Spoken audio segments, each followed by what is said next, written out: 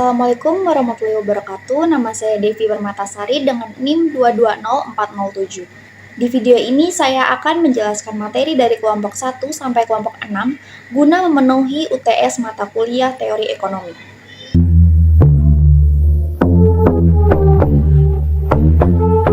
Materi dari kelompok 1 tentang teori ekonomi dan ruang lingkupnya. Ekonomi merupakan ilmu tentang perilaku dan tindakan manusia untuk memenuhi kebutuhan hidupnya yang bervariasi dan berkembang dengan sumber daya yang ada melalui pilihan-pilihan kegiatan produksi, konsumsi, dan distribusi. Ilmu ekonomi terbagi menjadi dua. Yang pertama, ilmu ekonomi positif. Ilmu ekonomi positif merupakan ilmu ekonomi yang hanya membahas deskripsi mengenai fakta, situasi, dan hubungan yang terjadi dalam ekonomi. Yang kedua, ilmu ekonomi normatif.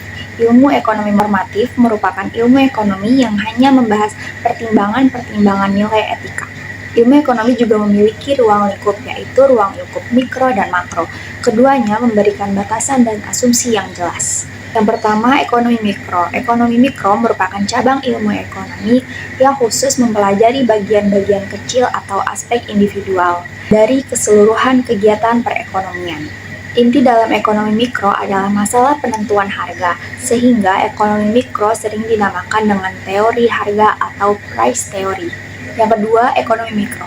Ekonomi mikro merupakan cabang ilmu ekonomi yang khusus mempelajari mekanisme bekerjanya perekonomian sebagai suatu keseluruhan atau agregat, berkaitan dengan penggunaan faktor produksi yang tersedia secara efisien agar kemakmuran masyarakat dapat dimaksimumkan.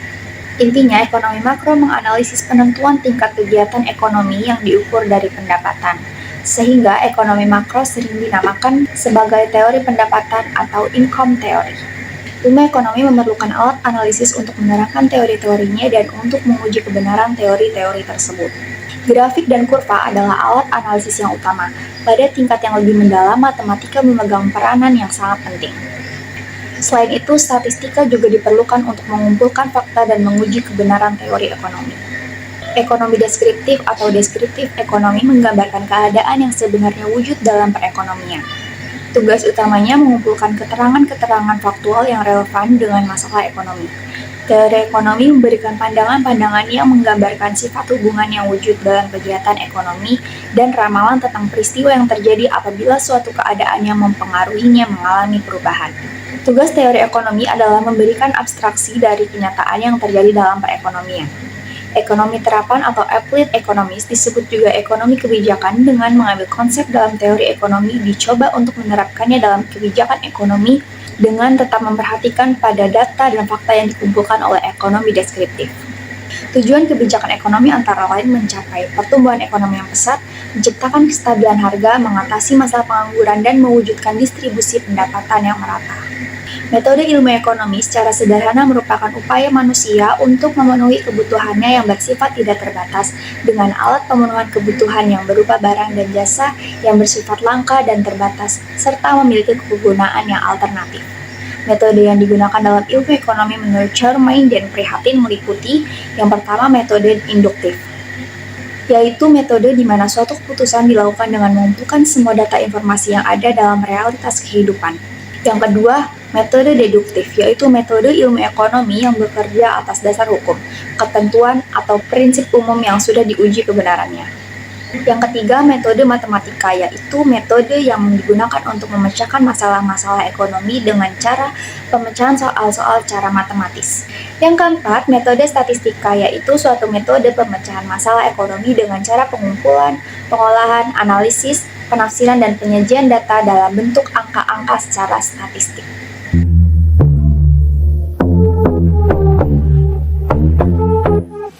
Selanjutnya, materi dari kelompok 2 tentang perkembangan teori ekonomi. Secara garis besar, perkembangan aliran pemikiran dalam ilmu ekonomi yang diawali oleh apa yang disebut sebagai aliran klasik. Aliran yang terutama dipelopori oleh Adam Smith ini menekankan adanya invisible hand dalam mengatur pembagian sumber daya dan oleh karenanya, peran pemerintah menjadi sangat dibatasi karena akan mengganggu proses ini. Konsep invisible hand ini kemudian direpresentasikan sebagai mekanisme pasar melalui harga sebagai instrumen utamanya. Adam Smith sering disebut sebagai yang pertama mengembangkan ilmu ekonomi pada abad ke-18 sebagai satu cabang tersendiri dalam ilmu pengetahuan. Perkembangan sejarah pemikiran ekonomi kemudian berlanjut dengan menghasilkan tokoh-tokoh seperti Albert Marshall, John Keynes, Karl Marx, hingga peraih hadiah Nobel bidang ekonomi tahun 2006 Edmund Phelps.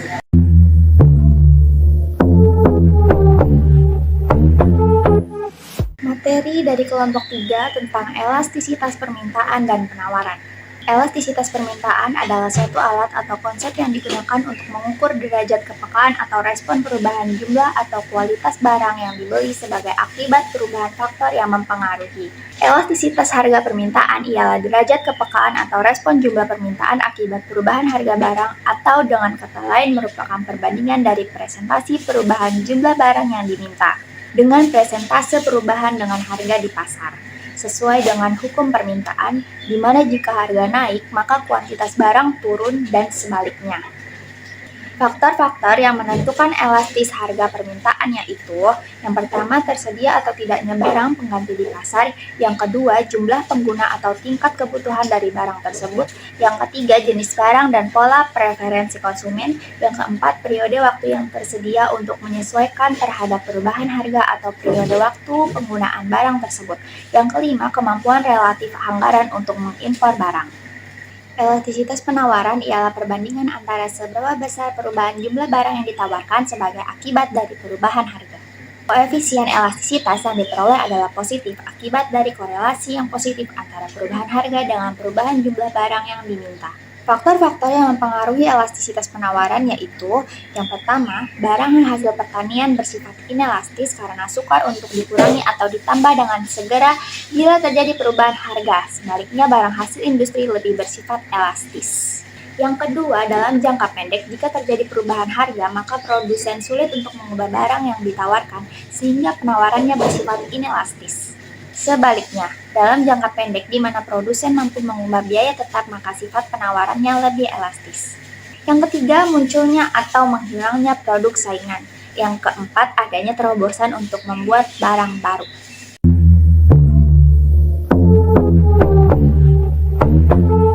Selanjutnya, materi dari kelompok 4 tentang teori perilaku konsumen. Perilaku konsumen adalah proses yang dilalui oleh seseorang atau organisasi dalam mencari, membeli, menggunakan, mengevaluasi, dan membuang produk atau jasa setelah dikonsumsi untuk memenuhi kebutuhannya.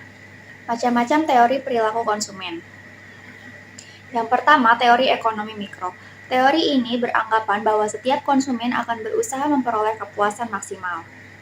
Mereka akan berupaya meneruskan pembeliannya terhadap suatu produk apabila memperoleh kepuasan dari produk yang telah dikonsumsinya, di mana kepuasan ini sebanding atau lebih besar dengan marginal utility yang diturunkan dari pengeluaran yang sama untuk beberapa produk yang lain.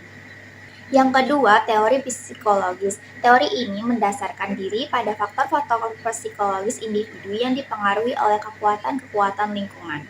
Bidang psikologis ini sangat kompleks dalam menganalisa perilaku konsumen, karena proses mental tidak dapat diamati secara langsung. Yang ketiga, teori antropologis. Teori ini juga menekankan perilaku pembelian dari suatu kelompok masyarakat yang ruang lingkupnya sangat luas seperti kebudayaan, kelas-kelas sosial, dan sebagainya. Prinsip-prinsip dasar dalam analisis perilaku konsumen. Yang pertama, kelangkaan dan terbatasnya pendapatan. Adanya kelangkaan dan terbatasnya pendapatan memaksa seseorang untuk menentukan pilihan agar pengeluaran senantiasa berada di anggaran yang sudah ditetapkan. Meningkatkan konsumsi suatu barang atau jasa harus disertai dengan pengurangan konsumsi pada barang atau jasa yang lain. Yang kedua, konsumen mampu membandingkan biaya dengan manfaat. Jika dua barang memberi manfaat yang sama, konsumen akan memilih yang biayanya lebih kecil. Di sisi lain, bila untuk memperoleh dua jenis barang dibutuhkan biaya yang sama, maka konsumen akan memilih barang yang memberi manfaat lebih besar. Yang ketiga, tidak selamanya konsumen dapat memperkirakan manfaat dengan tepat. Saat membeli suatu barang, bisa jadi manfaat yang diperoleh tidak sesuai dengan harga yang harus dibayarkan. Misalnya, segelas kopi Starbucks ternyata terlalu pahit untuk harga 40.000 per cangkir. Lebih nikmat kopi tubruk di warung kopi yang harganya Rp3.000 per gelasnya. Pengalaman tersebut akan menjadi informasi bagi konsumen yang akan mempengaruhi keputusan konsumsinya mengenai kopi di masa yang akan datang. Yang keempat, Setiap barang dapat didistribusi dengan barang lain. Dengan demikian, konsumen dapat memperoleh kepuasan dengan berbagai cara. Yang kelima, konsumen tunduk terhadap hukum berkurangnya tambahan kepuasan atau the law of diminishing marginal utility. Semakin banyak jumlah barang yang dikonsumsi, semakin kecil tambahan kepuasan yang dihasilkan. Menurut James F. Angel, Roger D. Blackwell, Paul W. Maynard, terdapat 3 faktor yang mempengaruhi perilaku konsumen. Yang pertama yaitu pengaruh lingkungan, terdiri dari budaya, kelas sosial, keluarga, dan situasi. Yang kedua, perbedaan dan pengaruh individu, terdiri dari motivasi dan keterlibatan, pengetahuan, sikap, kepribadian, gaya hidup, dan demografi. Yang ketiga, proses psikologi, terdiri dari pengolahan informasi, pembelajaran, perubahan sikap, dan perilaku. Peran perilaku konsumen bagi pemasar atau produsen adalah mampu membujuk konsumen untuk membeli produk yang dipasarkan, mampu memahami konsumen dalam berperilaku, bertindak dan berpikir agar pemasar atau produsen mampu memasarkan produknya dengan baik, mampu memahami mengapa dan bagaimana konsumen mengambil keputusan sehingga pemasar atau produsen dapat merancang strategi pemasaran dengan baik.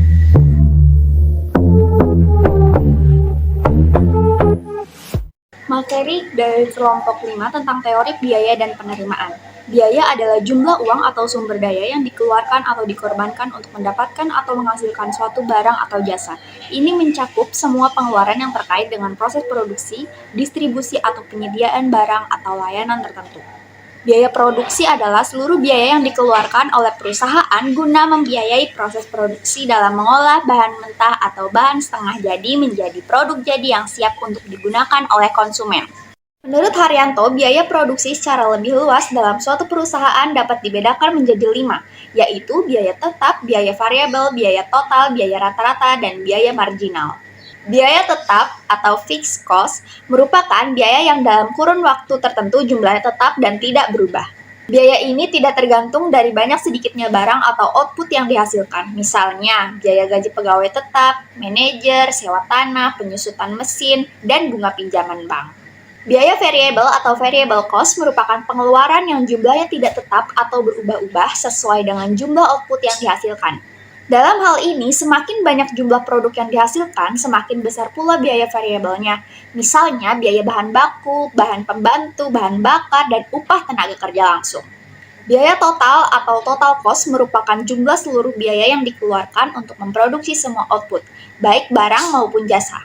Biaya ini dapat dihitung dengan menjumlahkan biaya tetap total dengan biaya variabel total. Biaya rata-rata atau average cost merupakan biaya total yang dikeluarkan untuk setiap unit output. Biaya marginal atau marginal cost merupakan kenaikan dari biaya total yang diakibatkan oleh diproduksinya tambahan satu unit output. Hubungan antara biaya tetap dan biaya variabel penting dalam analisis biaya dan perencanaan keuangan perusahaan. Dalam hubungan ini, biaya tetap dan biaya variabel bekerja bersama untuk membentuk biaya total perusahaan. Biaya total perusahaan adalah hasil dari jumlah biaya tetap dan biaya variabel. Jadi, biaya tetap selalu konstan, sementara biaya variabel berubah sesuai dengan volume produksi atau penjualan. Titik impasse atau break-even point adalah titik di mana pendapatan sama dengan biaya total, yang berarti perusahaan tidak menghasilkan laba atau mengalami kerugian. Kontribusi margin adalah konsep yang digunakan untuk menilai sejauh mana biaya variabel dapat mencakup biaya tetap dan menghasilkan laba. Ini membantu perusahaan untuk mengevaluasi seberapa besar volume penjualan yang diperlukan untuk mencapai laba. Hubungan antara biaya tetap dan biaya variabel mempengaruhi keputusan strategis perusahaan. Misalnya, perusahaan dapat memutuskan untuk meningkatkan volume produksi untuk menutupi biaya tetap atau mengurangi biaya tetap untuk meningkatkan profitabilitas. Menurut Budiono, yang dimaksud dengan penerimaan atau revenue adalah penerimaan produksi dari hasil penjualan outputnya. Untuk mengetahui penerimaan total diperoleh dari output atau hasil produksi dikalikan dengan harga jual output. Pendapatan adalah total penerimaan yang diperoleh pada periode tertentu. Perusahaan yang menginginkan laba maksimum akan mengambil keputusan secara marginal, di mana perusahaan dapat menyesuaikan variabel-variabel yang bisa dikontrol untuk memungkinkan memperoleh laba yang maksimum. Hubungan antara teori biaya dan penerimaan erat kaitannya dalam analisis ekonomi dan bisnis. Kedua teori ini saling mempengaruhi dan membantu perusahaan atau individu dalam pengambilan keputusan yang berkaitan dengan operasi, investasi, atau kebijakan. Berikut adalah beberapa aspek hubungan antara teori biaya dan penerimaan. Yang pertama, analisis profitabilitas. Teori biaya membantu dalam pemahaman biaya produksi atau operasi perusahaan. Dalam kombinasi dengan teori penerimaan, perusahaan dapat menilai profitabilitas produk atau layanan mereka. Dengan membandingkan biaya produksi, biaya tetap, dan biaya variabel dengan penerimaan yang dihasilkan, mereka dapat menentukan apakah produk atau layanan tersebut menghasilkan laba. Yang kedua, titik impas atau break-even point. Hubungan antara biaya dan penerimaan sangat relevan dalam menentukan titik impas, yaitu titik di mana penerimaan sama dengan biaya total. Analisis biaya membantu mengidentifikasi berapa jumlah unit yang harus dijual atau diproduksi agar perusahaan tidak mengalami kerugian. Ini sangat penting dalam perencanaan keuangan. Yang ketiga, penentuan harga produk. Teori biaya dan penerimaan memengaruhi kebijakan penetapan harga produk. Perusahaan harus memahami biaya produksi untuk menentukan harga jual yang sesuai sehingga mereka dapat mencapai tingkat penerimaan yang diinginkan dan mencapai laba. Yang keempat, analisis kontribusi margin. Kontribusi margin adalah selisih antara harga jual per unit dan biaya variabel per unit. Ini adalah konsep yang menghubungkan biaya dan penerimaan.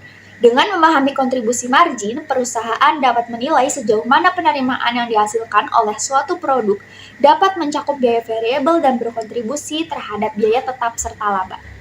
Yang kelima, keputusan investasi. Dalam konteks investasi, teori biaya membantu menghitung biaya yang terkait dengan investasi, sementara teori penerimaan membantu dalam memprediksi penerimaan yang diharapkan dari investasi tersebut. Kedua aspek ini penting dalam mengevaluasi kebijakan investasi perusahaan.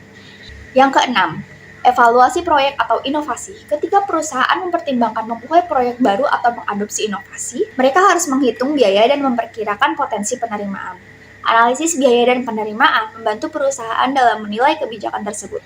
Yang ketujuh, dalam rangka mengoptimalkan profitabilitas dan mengambil keputusan yang bijak dalam operasi bisnis, perusahaan dan individu perlu memahami hubungan yang kompleks antara biaya dan penerimaan.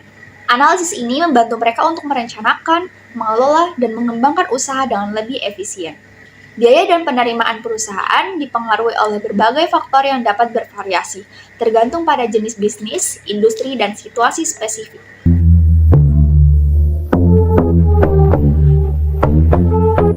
Materi dari kelompok 6 tentang teori produksi dan kegiatan perusahaan. Perusahaan adalah institusi atau lembaga yang menggunakan atau memanfaatkan dan mengorganisasikan faktor-faktor produksi untuk menghasilkan suatu barang dan jasa. Pada kenyataannya, organisasi atau lembaga yang digolongkan sebagai perusahaan dalam banyak literatur hanya terdiri atas 3 macam, yaitu yang pertama perusahaan perorangan atau proprietorship, yaitu perusahaan yang dimiliki secara perseorangan atau single owner a proprietor, tidak dikerjakan seorang, yang memiliki tanggung jawab yang tidak terbatas atau unlimited liability. Tanggung jawab yang tidak terbatas maksudnya adalah semua harta yang dimiliki adalah bagian yang tidak terpisahkan dari resiko usaha yang dijalankan. Yang kedua, kerjasama usaha persekutuan atau partnerships, semisal CV atau firma. Orang-orang yang tergabung dalam perusahaan ini, beberapa di antaranya memiliki tanggung jawab yang tidak terbatas, sebagaimana layaknya usaha perseorangan. Akan tetapi, bila misalkan bagi semua orang yang tergabung dalam perusahaan ini sepakat untuk menanggung secara bersama-sama semua kewajiban yang terjadi, maka inilah yang disebut sebagai joint unlimited liability. Pembagian keuntungan berdasarkan pada besarnya penyertaan modal dalam perusahaan atau kesepakatan bersama. Yang ketiga, perseroan atau company adalah perusahaan yang dimiliki oleh seorang atau lebih yang menjadi pemilik saham atau share perusahaan tersebut. Perseroan yang relatif besar dapat menjual sahamnya kepada masyarakat secara terbuka, perusahaan terbuka atau limited melalui bursa saham atau menjualnya kepada siapa saja yang berminat secara tertutup dengan hasil yang sebesar-besarnya. Dalam teori ekonomi, pemisahan terpenting dalam menganalisis kegiatan perusahaan adalah mereka akan melakukan kegiatan memproduksi sampai kepada tingkat di mana keuntungan mereka mencapai jumlah yang maksimum. Dalam prakteknya, hal tersebut bukanlah satu-satunya tujuan perusahaan. Ada perusahaan yang menekankan volume penjualan dan ada pula yang menekankan kepada usaha untuk mengabdi kepentingan masyarakat dan kurang memperhatikan tujuan mencari keuntungan yang maksimum. Tetapi di samping menyadari kenyataan tersebut, perlu juga diingat bahwa sebagian besar perusahaan, tujuan memaksimumkan keuntungan adalah yang paling penting. Keuntungan atau kerugian adalah perbedaan antara hasil penjualan dan biaya produksi. Keuntungan diperoleh apabila hasil penjualan melebihi dari biaya produksi dan kerugian akan dialami apabila hasil penjualan kurang dari biaya produksi. Sekian, terima kasih. Kurang lebihnya saya mohon maaf. Wassalamualaikum warahmatullahi wabarakatuh.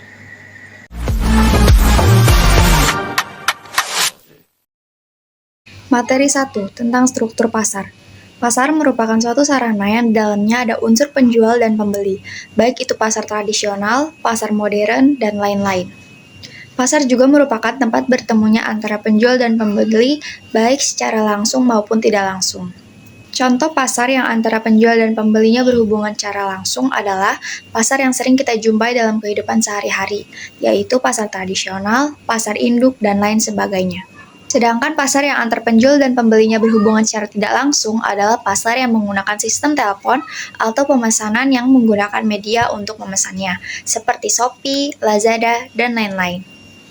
Macam-macam pasar menurut segi fisiknya yaitu pasar tradisional, pasar raya, pasar abstrak, pasar konkret, toko swalayan, dan toko serba ada.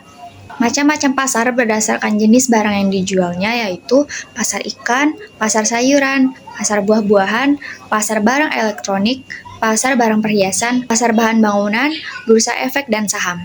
Struktur pasar adalah penggolongan produsen kepada beberapa bentuk pasar berdasarkan pada ciri-ciri seperti jenis produk yang dihasilkan. Banyaknya perusahaan dalam industri, mudah tidaknya keluar atau masuk ke dalam industri, dan peranan iklan dalam kegiatan industri. Pada analisa ekonomi dibedakan menjadi pasar persaingan sempurna dan pasar persaingan tidak sempurna. Pasar persaingan tidak sempurna meliputi monopoli, oligopoli, duopoli, monopolistik, monopsoni, duopsoni, dan oligopsoni. Pasar monopoli adalah suatu bentuk interaksi antara permintaan dan penawaran di mana hanya ada satu penjual atau produsen yang berhadapan dengan banyak pembeli atau konsumen.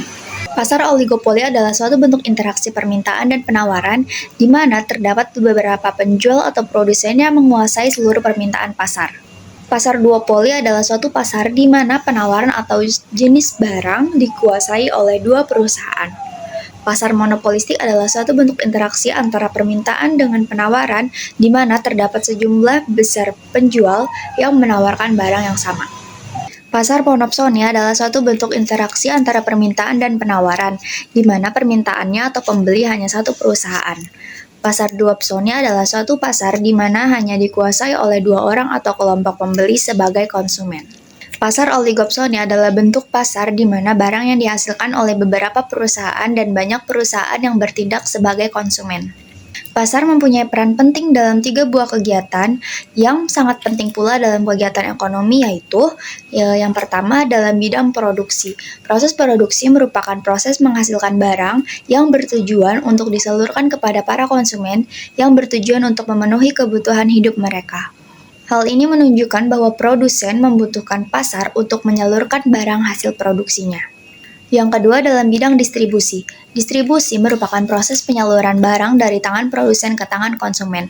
Pasar merupakan jalur utama dalam proses distribusi tersebut. Yang ketiga dalam bidang konsumsi. Konsumsi dari bahasa Belanda konsumti ialah suatu kegiatan yang bertujuan mengurangi atau menghabiskan daya guna suatu benda, baik berupa barang maupun jasa. Dalam rangka memenuhi kebutuhan dan kepuasan secara langsung, pasar sangat berpengaruh sekali dalam bidang konsumsi. Karena pasar merupakan salah satu alat yang bisa digunakan untuk mendapatkan barang yang diinginkan oleh konsumen. Materi yang kedua tentang pendapatan nasional. Pendapatan nasional adalah salah satu indikator untuk dapat mengukur perkembangan tingkat pembangunan dan kesejahteraan pada suatu negara dalam waktu ke waktu. Dengan metode perhitungan pendapatan nasional dapat diketahui arah, tujuan, dan struktur perekonomian suatu negara. Pendapatan nasional biasanya didefinisikan sebagai nilai seluruh barang jadi dan jasa yang dihasilkan oleh suatu negara selama waktu tertentu. Pendapatan nasional dapat dibagi dalam beberapa kategori sebagai berikut. Yang pertama ada produk domestik bruto atau GDP. Produk domestik bruto, gross domestic product, merupakan jumlah produk berupa barang dan jasa yang dihasilkan oleh unit-unit produksi dalam batas wilayah suatu negara atau domestik selama 1 tahun, baik penduduk negara maupun penduduk asing yang berada di negara tersebut. Yang kedua, produk nasional bruto atau GNP. Produk nasional bruto, gross national product, adalah nilai produk berupa barang dan jasa yang dihasilkan oleh penduduk suatu negara selama 1 tahun, termasuk yang dihasilkan warga negara tersebut yang berada di luar negeri. Yang ketiga, produk nasional neto atau net national product. Produk nasional neto adalah GNP dikurangi depresiasi atau penyusutan barang modal, sering pula disebut replacement. Yang keempat, pendapatan nasional neto atau net national income. Pendapatan nasional neto adalah pendapatan yang dihitung menurut jumlah balas jasa yang diterima oleh masyarakat sebagai pemilih faktor produksi.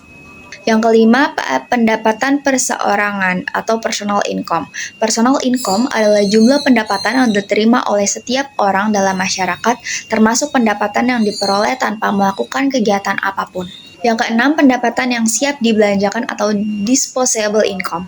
Pendapatan yang siap dibelanjakan adalah pendapatan yang siap untuk dimanfaatkan guna membeli barang dan jasa konsumsi, dan selebihnya menjadi tabungan yang disalurkan menjadi investasi. Ada beberapa faktor yang mempengaruhi pendapatan nasional, yaitu konsumsi, investasi dan tabungan, permintaan dan penawaran agregat. Ada beberapa pendekatan untuk menghitung pendapatan nasional, yaitu yang pertama, pendekatan pendapatan. Pendekatan pendapatan atau income a product adalah suatu pendekatan di mana pendapatan nasional diperoleh dengan cara menjumlahkan pendapatan dari berbagai faktor produksi yang memberi sumbangan terhadap proses produksi. Yang kedua, pendekatan produksi. Pendekatan produksi diperoleh dengan cara menjumlahkan nilai tambah seluruh benda dan jasa yang dihasilkan oleh berbagai sektor di dalam perekonomian. Nilai tambah adalah selisih antara nilai output dengan nilai input. Yang ketiga, pendekatan pengeluaran. Pendekatan pengeluaran diperoleh dengan cara menjumlahkan nilai pasar dari pengeluaran sektor rumah tangga. Materi yang ketiga tentang persaingan monopolitis. Persaingan monopolitis adalah suatu kondisi pasar yang mengarah pada pemisahan ekonomi menjadi beberapa pemain yang memiliki oligopoli dalam sebuah industri, di mana oligopoli mengendalikan produksi dan distribusi sebagian besar komoditi yang dihasilkan oleh tiap-tiap pemain.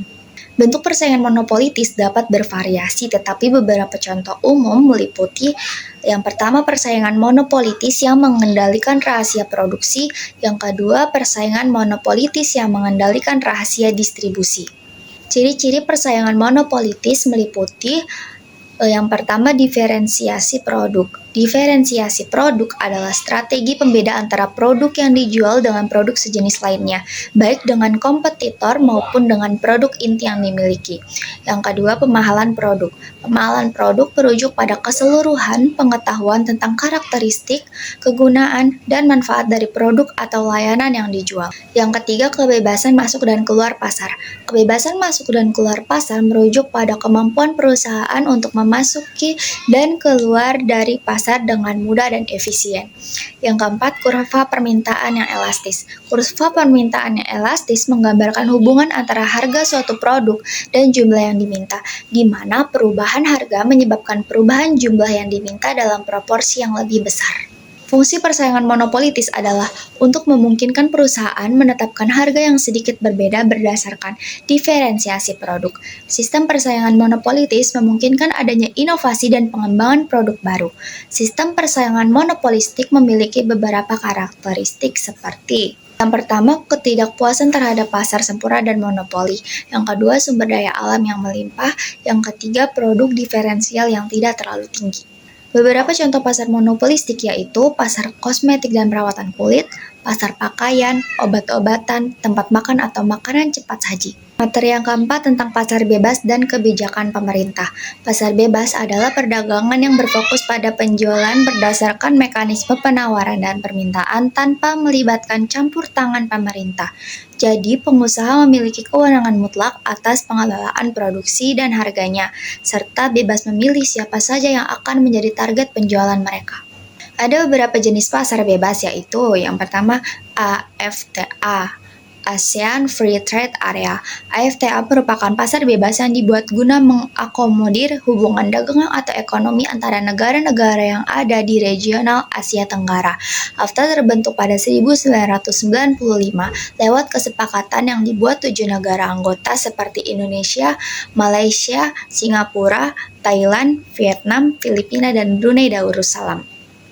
Yang kedua ada NAFTA, North America Free Trade Area. NAFTA merupakan pasar bebas dengan anggota negara-negara yang ada di kawasan Amerika Utara. Pencetus terbentuknya NAFTA adalah 3 negara, yaitu Amerika Serikat, Kanada, dan Meksiko pada 1994. Yang ketiga, CAFTA, China ASEAN Free Trade Area. CAFTA merupakan pasar bebas yang dibentuk antara China dan juga negara-negara di Asia Tenggara atau regional ASEAN. Yang keempat ada APEC, Asia Pacific Economic. APEC merupakan salah satu jenis pasar bebas yang melibatkan 21 negara di dalam kawasan Asia Pasifik. APEC sendiri didirikan pada 1989. Yang kelima ada WTO, World Trade Organization. WTO adalah satu-satunya organisasi yang secara khusus mengatur perdagangan internasional. WTO sendiri pertama kali berdiri pada 1 Januari 1995. Fungsi pasar bebas adalah memberikan kebebasan kepada masyarakat dalam melakukan aktivitas ekonomi, baik ekspor maupun impor, serta memberikan transparansi informasi berkaitan kuantitas permintaan dan harga barang. Dengan demikian akan tercipta stabilitas ekonomi. Ada beberapa ciri-ciri pasar bebas, yaitu yang pertama, semua sumber beserta alat produksi dapat bebas dimiliki dan diatur oleh semua pihak. Yang kedua, terdapat pembagian kelas-kelas pekerja dan pemilik modal dalam sistem perekonomian. Yang ketiga, persaingan ketat antar perusahaan demi mencapai keuntungan sebanyak mungkin. Yang keempat, campur tangan pemerintah dalam mekanisme pasar makin dibatasi atau bahkan tidak ada sama sekali. Yang kelima, para produsen bebas menentukan harga dan target pasar mereka. Tujuan diselenggarakannya pasar bebas yaitu memperluas pasar. Pasar bebas adalah satu di antara sarana guna memperluas jangkauan konsumen untuk suatu produk, meningkatkan perekonomian negara. Pasar bebas menciptakan peluang perdagangan yang luas dan membantu produsen dalam mengembangkan maupun memasarkan produknya secara masif sehingga dapat mendongkrak perekonomian negaranya. Sebagai sarana pertukaran teknologi dan tidak selalu terkait dengan keuntungan penjualan. Perjanjian perdagangan bebas atau Free Trade Agreement terdiri dari 3 hal utama yaitu perdagangan barang, perdagangan jasa, dan investasi. Perdagangan barang bertujuan untuk penghapusan tarif dan menangani hambatan non-tarif. Sedangkan dalam perdagangan jasa, FTA berusaha untuk menjaga akses pasar dan memastikan kondisi yang kondusif bagi penyedia produk jasa untuk berkembang. Dalam hal investasi, FTA bertujuan untuk melindungi dan mendorong investasi di Indonesia. Materi yang kelima tentang kebijakan ekonomi, moneter, dan fiskal. Kebijakan ekonomi adalah beberapa peraturan atau batasan-batasan di bidang ekonomi yang dikeluarkan oleh pemerintah. Tujuan dibuatnya kebijakan ekonomi adalah untuk meningkatkan taraf hidup atau tingkat kesejahteraan masyarakat. Kebijakan moneter adalah upaya mengendalikan atau mengarahkan perekonomian makro ke kondisi yang diinginkan atau yang lebih baik dengan mengatur jumlah yang beredar. Yang dimaksud dengan kondisi yang lebih baik adalah meningkatnya output keseimbangan atau terpeliharanya stabilitas harga atau inflasi terkontrol. Melalui kebijakan moneter, pemerintah dapat mempertahankan, menambah, atau mengurangi jumlah uang yang beredar dalam upaya mempertahankan kemampuan ekonomi untuk tumbuh sekaligus mengendalikan inflasi. Dari sudut ekonomi makro, maka kebijakan moneter dapat dibedakan menjadi dua, yaitu kebijakan moneter ekspansif dan kebijakan moneter kontraktif. Kebijakan moneter ekspansif adalah suatu kebijakan dalam rangka menambah jumlah uang yang beredar pada saat munculnya kontraksional gap, sedangkan kebijakan moneter kontraktif adalah suatu kebijakan dalam rangka mengurangi jumlah uang yang beredar. Setiap kebijakan yang dilakukan oleh pemerintah harus memiliki target dan ukuran keberhasilan. Hal ini penting untuk mengukur atau sebagai acuan apakah kebijakan tersebut berhasil atau tidak. Dalam perekonomian, beberapa indikator yang biasanya digunakan untuk menilai kebijakan moneter adalah yang pertama jumlah uang beredar atau JUP, yang kedua laju inflasi yang cukup rendah terkendali, yang ketiga suku bunga pada tingkat yang wajar, yang keempat nilai tukar rupiah yang realistis, dan yang kelima adalah ekspektasi atau harapan masyarakat terhadap moneter. Ada beberapa contoh kebijakan moneter yang dilakukan oleh pemerintah yaitu yang pertama, jika kondisi tingkat kegiatan ekonomi masih berada di harapan, maka Bank Sentral akan menurunkan tingkat suku bunga.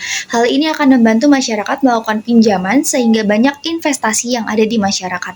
Begitu juga sebaliknya, jika Bank Sentral ingin membatasi kegiatan ekonomi, maka tingkat suku bunga akan dinaikkan. Hal ini akan membuat masyarakat atau pengusaha banyak menabung sehingga uang yang beredar dapat dikurangi.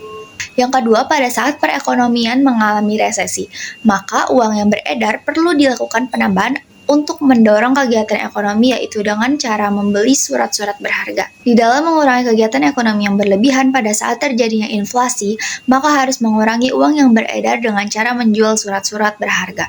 Kebijakan fiskal adalah kebijakan ekonomi yang digunakan pemerintah untuk mengarahkan perekonomian ke kondisi yang lebih baik atau yang diinginkan dengan cara mengubah-ubah penerimaan dan pengeluaran pemerintah. Kebijakan fiskal merujuk pada kebijakan yang dibuat pemerintah untuk mengarahkan ekonomi suatu negara melalui pengeluaran dan pendapatan berupa pajak pemerintah. Tujuan-tujuan spesifik dari kebijakan fiskal ialah koreksi atas ketidakseimbangan sementara, stimulasi terhadap pertumbuhan ekonomi, dan redistribusi pendapatan. Dari sudut ekonomi makro, maka kebijakan fiskal dapat dibedakan menjadi dua, yaitu kebijakan fiskal ekspansif dan kebijakan fiskal kontradiktif. Kebijakan fiskal ekspansif adalah suatu kebijakan ekonomi dalam rangka mengarahkan kondisi perekonomian lebih baik dengan jalan mengubah penerimaan dan pengeluaran pemerintah pada saat munculnya contractional gap, yaitu ditandai dengan tingginya tingkat pengangguran. Kebijakan fiskal kontradiktif adalah kebijakan pemerintah dengan cara menurunkan belanja negara dan menaikkan tingkat pajak. Kebijakan ini bertujuan untuk menurunkan daya beli masyarakat dan mengatasi inflasi. Ada beberapa contoh kebijakan fiskal, yaitu yang pertama, pada saat perekonomian nasional sedang mengalami inflasi, maka pemerintah akan mengurangi kelebihan permintaan masyarakat dengan cara memperkecil pembelanjaan dan menaikkan pajak agar tercipta kestabilan kembali. Cara seperti ini disebut dengan pengelolaan anggaran. Yang kedua, menaikkan jumlah pajak dan jenis pajak. Yang ketiga, melakukan pinjaman negara, misalnya dengan mengeluarkan obligasi pemerintah. Yang keempat, melakukan penghematan pengeluaran negara. Dan yang kelima, mewajibkan kepemilikan NPWP, nomor pokok wajib pajak, untuk meningkatkan wajib pajak. Ada beberapa tujuan kebijakan fiskal yang ada saat ini. Di antaranya adalah yang pertama, menciptakan pertumbuhan ekonomi yang diharapkan. Yang kedua, menciptakan stabilitas perekonomian. Yang ketiga, menciptakan keadilan dalam distribusi pendapatan, menciptakan lapangan pekerjaan. Materi yang keenam tentang perekonomian terbuka. Perekonomian terbuka adalah suatu sistem ekonomi di mana negara-negara terlibat dalam perdagangan internasional dan memiliki hubungan ekonomi dengan negara-negara lainnya. Dalam perekonomian terbuka, negara tidak hanya terlibat dalam kegiatan ekonomi di dalam batas-batas nasionalnya sendiri, tetapi juga terlibat dalam hubungan perdagangan dan investasi dengan negara-negara lain di dunia. Beberapa ciri utama dari perekonomian terbuka melibatkan adanya arus barang dan jasa, arus modal, serta arus keuangan antara negara-negara. Beberapa faktor yang menjadi karakteristik perekonomian terbuka meliputi yang pertama, perdagangan internasional, yang kedua, arus modal, yang ketiga, arus keuangan, yang keempat, pasar valuta asing atau forex, dan yang kelima, pengaruh ekonomi global. Perekonomian terbuka memiliki beberapa fungsi penting yang mempengaruhi kebijakan ekonomi suatu negara, yaitu yang pertama, fasilitasi perdagangan internasional, yang kedua, perekonomian terbuka memungkinkan aliran modal internasional, yang ketiga, perekonomian terbuka membuka akses terhadap sumber daya dan teknologi internasional. Penerapan perekonomian terbuka memiliki beberapa tujuan utama yang ingin dicapai oleh suatu negara, yaitu yang pertama, pertumbuhan ekonomi, efisiensi dan inovasi, diversifikasi ekonomi, akses terhadap sumber daya, penyebab stabilitas ekonomi, dan pengurangan kemiskinan. Perekonomian terbuka memegang peran integral dalam mewujudkan globalisasi yang melibatkan integrasi ekonomi, politik, dan sosial antara negara-negara di seluruh dunia. Salah satu pilar utama dari perekonomian terbuka adalah perdagangan internasional, di mana negara-negara terlibat dalam pertukaran barang dan jasa. Selain perdagangan internasional, aliran modal internasional menjadi landasan utama perekonomian terbuka. Investasi asing langsung atau FDI dan aliran modal portofolio menghubungkan pasar keuangan di berbagai negara, menciptakan peluang investasi dan mendukung pertumbuhan ekonomi. Indonesia sebagai contoh telah mengimplementasikan kebijakan yang mendukung pertumbuhan FDI. Menarik investor untuk berpartisipasi dalam sektor-sektor kunci seperti energi, infrastruktur, dan manufaktur. Ada beberapa tantangan yang dihadapi dalam menerapkan perekonomian terbuka, yaitu yang pertama, vulnerabilitas terhadap fluktuasi ekonomi global. Yang kedua, tantangan dalam mengelola nilai tukar mata uang. Yang ketiga, masalah ketidaksetaraan ekonomi. Yang keempat, resiko krisis keuangan global, yang kelima tantangan dalam menjaga stabilitas sosial dan politik, dan yang keenam dilema antara kebijakan ekonomi nasional dan global.